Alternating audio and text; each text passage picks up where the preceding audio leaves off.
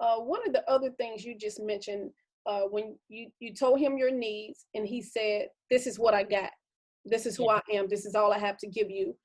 Do you feel like sometimes as women, we ask questions, but we're not ready for that honest Correct. answer? Correct. But I was prepared for that. Well, his actions already showed me that what it is. This is all I can offer. Take it or leave it. Mm-hmm. And I left it. Mm-hmm.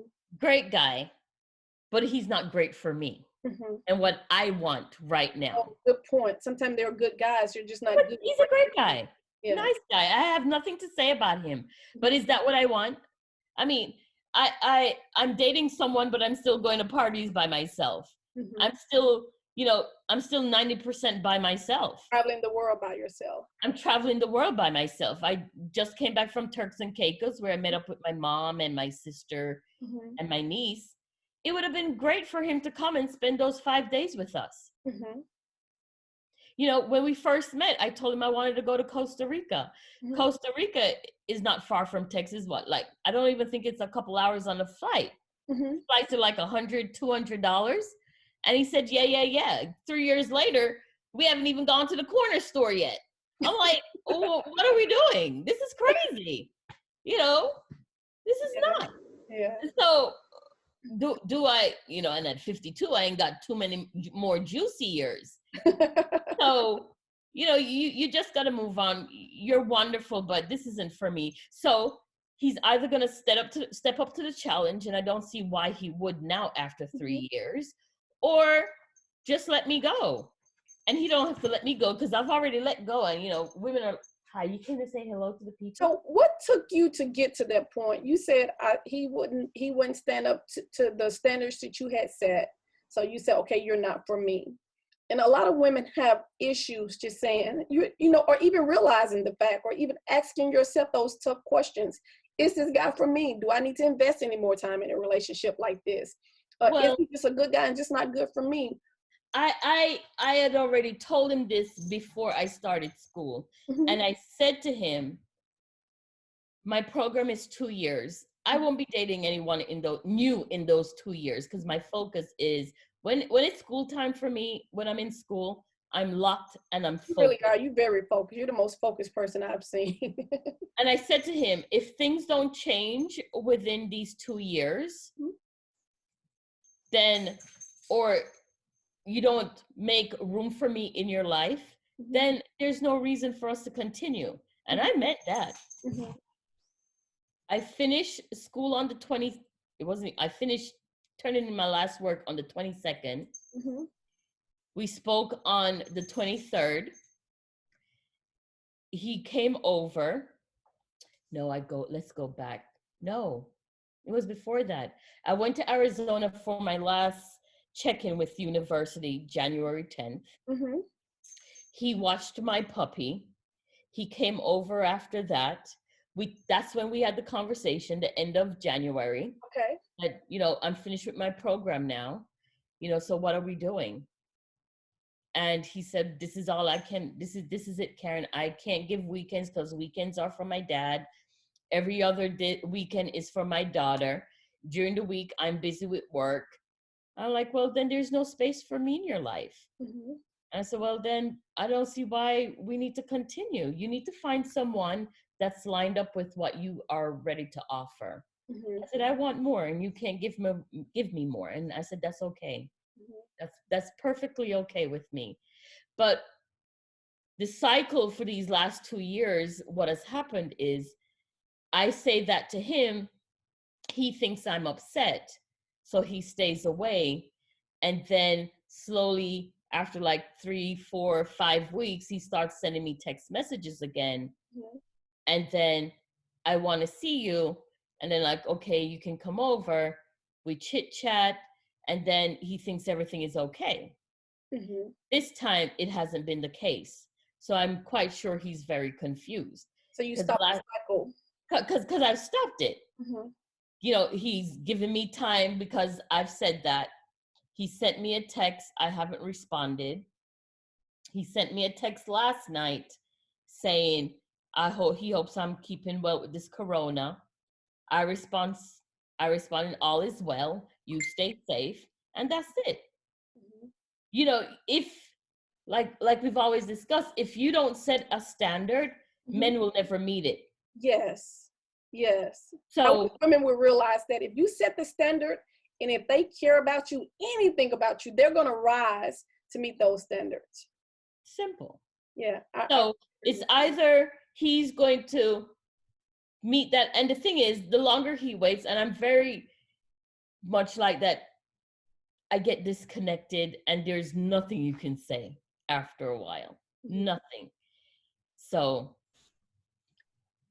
and I'm Something I've noticed that probably men almost. do, and you just mentioned it, that they have a tendency when we're upset or angry about something, rather than choosing to communicate about it, they want to push it up under the rug. And then so the rug start buckling up and everything that was pushed under the rug start seeping out from the side. So at one point you still have to address the things You you have to address it. And yeah. I've said that to him. I am well aware I'm not the greatest communicator. Mhm. And I've told him that. And I said, but I'm better. And I said, but you don't communicate at all. And Mhm. I'm willing to talk to you and you think I'm nagging, or you just ignore me, or you make a joke of it. Mhm. I, we can't get anywhere like that. But again, if someone cares about you, they want to hear what you have to say, Yes. and they're willing to accommodate.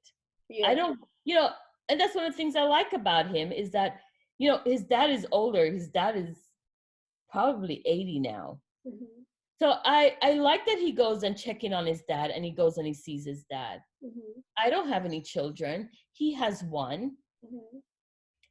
and he fought to get visitation Mhm. with his girl. So he sees his girl every Thursday, and he has her every other weekend, and sometimes 2, 3, 4 weekends in a row. Mhm.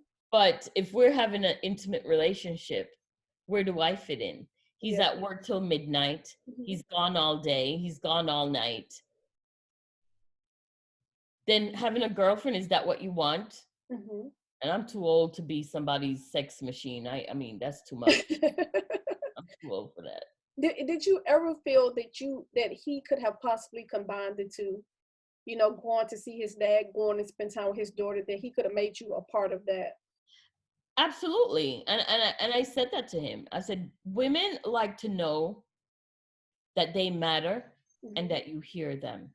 Yes. And everything can be resolved with communication. Hmm. Nothing can be accomplished by you ignoring a person or what they have to say. Yeah, ignoring their feelings. All that creates is resentment. Hmm. And I said, I don't want to hate you. I'm too old for that. Hmm. I don't want to hate anyone anymore. And I said, but I can let you go. And you can go find someone for whatever that you're able to offer and give to another person. Hmm. You can give that. But that's not what I want. Yeah. And as women, we have to know what we want. Life is Yeah. too short to It's be too short. unhappy, to be somebody's side chick, to go around miserable, to go around settling. Yeah. I listened to this motivational speaker, and he talks about recovering your crown. You know, we have to get to that point where we desire to recover our crown, that we know that we are queens. We know whose we are and who we belong to. Um, I think that is so important for women to get to that stage in their lives where they're not willing to settle. And Correct. because to me, these men, even though they're willing to hunt and sleep with us, I think they forget that at the end of the day, we still humans. We Mm, still have feelings. And once the sex part of it is over, we're still left to deal with the feelings, the residue of our feelings. When you go on to your next hunt, we're still having to battle the feelings, and we correct. get connected emotionally when we sleep with guys. It's not so easy for us to walk away. Disconnect. Yeah, it's hard to very hard to disconnect, because usually if we are willing to lay down with you in the first place, we already feel a connection. Yeah. You know, because we are such emotional beings, we're not like men where we're not going to lay down with you and there's not a connection or some kind of liking for you, if that makes sense. Correct. Correct. Yeah. I just had a thought, and it just went out my mind. I know we always keep talking about women, Hmm. but this really applies to both men and women. But me myself, I'm a woman myself, so I'm always going to speak to young girls, young women, young ladies and women, because as our paths have gone on, that's who I connect with. Because as women, we've for many years we've been given a raw deal. We've always had to be twice as knowledgeable. We've always had to carry the load of the home. Not only have we had to go out and work, do the shopping, then come home and cook it and feed the men. Mm-hmm. So it's only now that we're finding our voice. This is my point I wanted to make to us, to young girls and women. Mm-hmm. Don't ever let anyone dim your light. Yes. Men will do that. They will come in and want to throw water on your fire. Yes. But don't allow another person, man, woman, or child, to do that. If you know what you know, and nobody can ever take that away from you. My point being, I have found over the years, I'm not saying I'm smarter than anyone, because I learned from many people, because I feel like anyone can be a teacher to you, because everybody walks a different path in life. But I've always had to dumb down and underplay my achievements and my accomplishments. Mm-hmm. And it's only been in the last maybe 3, 4, maybe even 5 years that I've realized I'm not going to dumb down myself. I'm not going to hide my achievements and my accomplishments. Mm-hmm. And that's just what I wanted to tell young people, period. Yeah. Especially my young women who are trying to find their space in this world. Mm-hmm. Is that it's okay to say, I know that I can do it, Mm-hmm. and be confident about it. Yes. Yes. Don't ever let anyone tell you that you're not smart enough. And I'm Yeah. going to tell you this. I went to college, to university, with a lot of not so smart people. Yeah. But you know what I found that they had the will. Mm-hmm. They had the want Yes. to get it done. Yeah. And it didn't matter who looked on them that they didn't know. If you had the answer, they were coming to you for you to explain it to them. Yeah. I think that's critical advice that you just given. Don't let anybody dim your light. I see that happen so often in life. I have seen it even happen to my own self. And even with me, it took a period of growth and maturity That's what it takes. to not let my past affect my future. Mm-hmm. So often I used to tell myself, girl, you just this little ghetto girl from the hood. You can't put your nouns and verbs together. You know, this is where you come from. How can you do this? And so often I let my past, not other people dim my light, but my very own past dim my light and tell me you're not worthy enough, you're not good enough, and you can't do it. But Mm-hmm. it's when I figured out why I wanted to do something.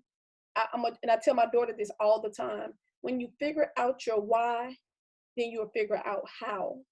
So I want to add to don't let them dim your light. Don't even let your past dim your light as well. Correct. So I wanted to add that. So now, Karen, we're about to end this podcast, but one more thing I want to ask you before we end this video. Okay, you've ended the marriage, you've ended your current relationship, so now you're on to singlehood. Mm-hmm. So tell me, yeah. what are Because you you already know, Mama. You already know. You already know. Because we talked about it. Karen is a slow burn. She's focused on herself, and the right person will come along. So are you willing to not compromise, but are you willing to change your strategy a little bit? And what is that strategy?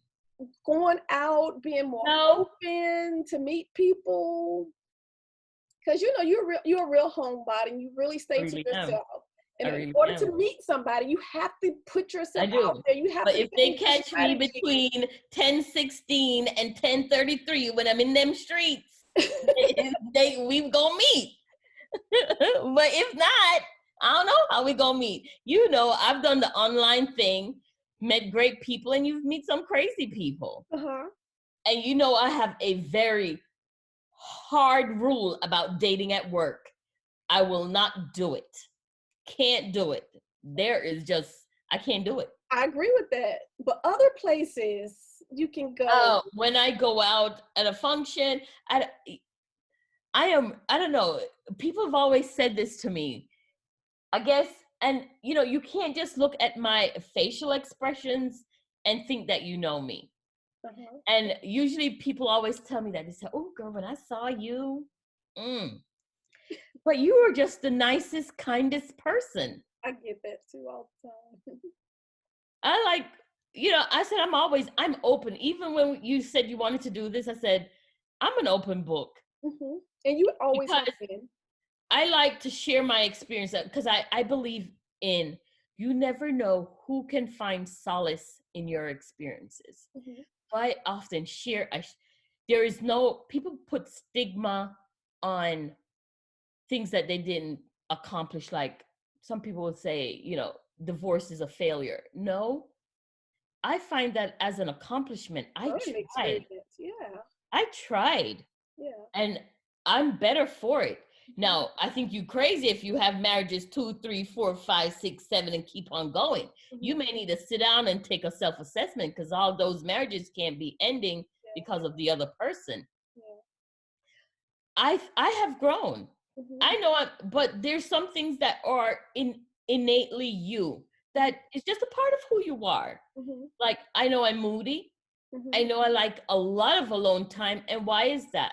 Mm-hmm. Because I've spent so much time on my own. Mm-hmm. Like, even now we have the coronavirus, and there's a meme going around when quarantine has always been your thing. Mm-hmm. You know, there's no changes for me because I'm always by myself. Yeah. You know, it's just me and my dog, you know. But I agree that life experiences causes growth. yeah. I do agree with that. But when I do meet someone, you know, I'm all in. I'm all into doing stuff, and I've changed, and maybe we'll do another video on lifestyle. You know, I've changed my lifestyle at my, you know, I used to be extremely overweight at my heaviest. I was 287. Mm-hmm. And for the last 15, girl, it's probably coming up 20 years now, I've been on a different journey. Before I started my NP program, I was 186. Mm-hmm.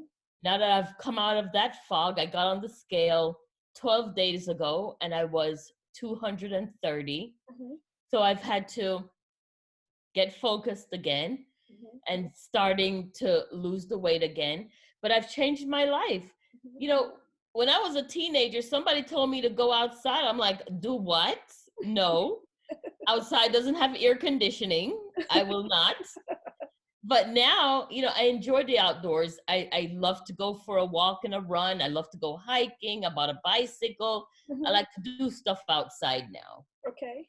And I think that comes from also being in the healthcare profession, wherein you can directly see the reasons for people's ill health is their diet, for one, and their lack and their lack of movement. Yeah. And I like to give my patients this analogy, is that, you know, we all like the nice flowing waterfall. It's blue, it's clear, it's flowing, it's beautiful. Things are striving, all the flowers and greenery that it promotes, and all the oxygen that's going through it.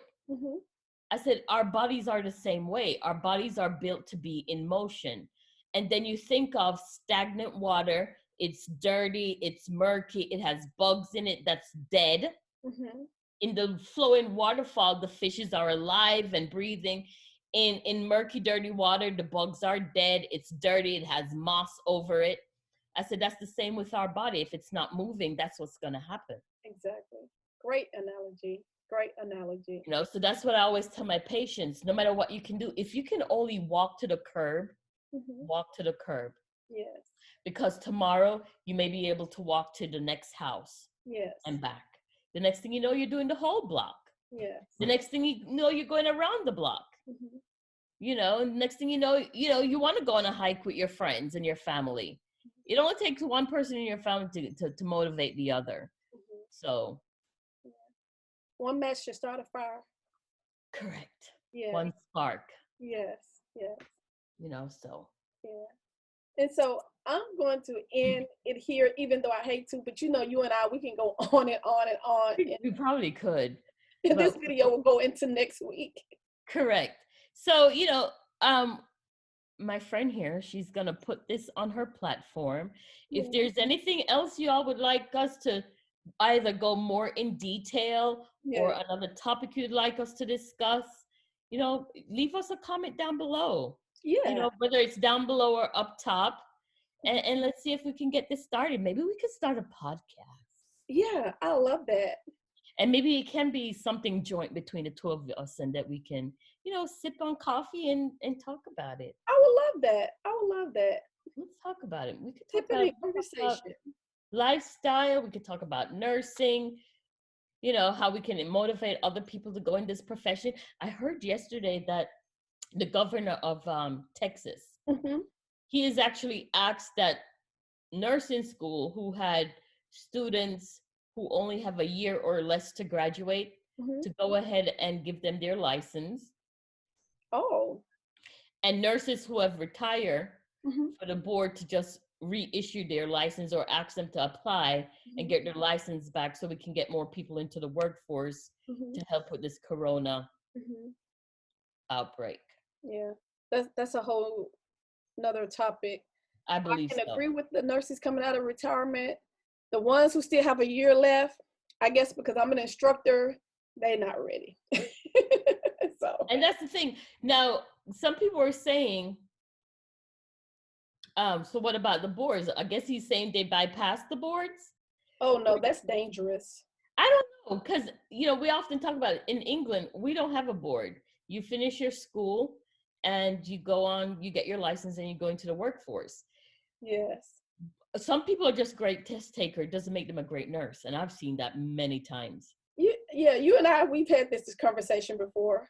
Yeah. I think it should be some accountability. I think you should take the boards. I know they do it different in England. Yeah. We've had this conversation. You're taking the test. And I've told you this about a nurse that I was orienting who was a nurse for like 30 years. She left and went to go teach. And then she came back to the workforce. I always get the difficult people. It's like I'm speaking a different language. I don't get it. In any case, we had to go give Lovenox. Okay. We gave Lovenox. Now, Lovenox is an injection that you give sub-Q, just under the skin in the tummy. We had 4 rooms because she was on orientation. We gave it together in room 1. We gave it together in room 2. We went to room 3. We gave it together. We went to room 4. All sub-Q, right, injection right under the skin. Room 4, I stood outside the door so she could go in the room and give it. And this is back to back. This is not even hours apart. This is boom, boom, boom, boom. Room 4, giving the same injection. So I let her go in the room. She scanned the patient. She get the, I turn my back. I turn around just in time to see her going to give the injection into the man's central line. She took her NCLEX. That's my point. So what does NCLEX mean? And we had done it in 3 rooms previously. Wow, I get your point. You would have this discussion. She went to go give a sub-Q injection in a central line. Yes. So. Wow. Anyway, so you said we're going to end here. We're going to end here. I'm still laughing about the injection in the neck. And, we have always disagreed, but back to the friendship thing, that's what it's all about. Understanding, communicating, agreeing to disagree sometimes, and just having that genuine love for each other, which is what I have for you. So my friend, I thank you so much. This was fun. First person. We can do this more often. Yeah, we will. And I've enjoyed you being the first person on the BW virtual table talk. I have enjoyed it. Whenever you need me, I'm always there. Blessings always. Thank you so much. Guys, you all have a good day. And like she said, if you have any questions, just let us know and leave a comment in the box, and we will come back and do a Q&A session with you all. Yeah, and if So there's as any, I always say, go ahead. and if there's any topic you'd all like us to talk about, Yes. leave a comment. Yes. And as All I right, always friend. say in each video, be blessed, be better, my friend. I love you. Thank Love you. Bye-bye. Bye.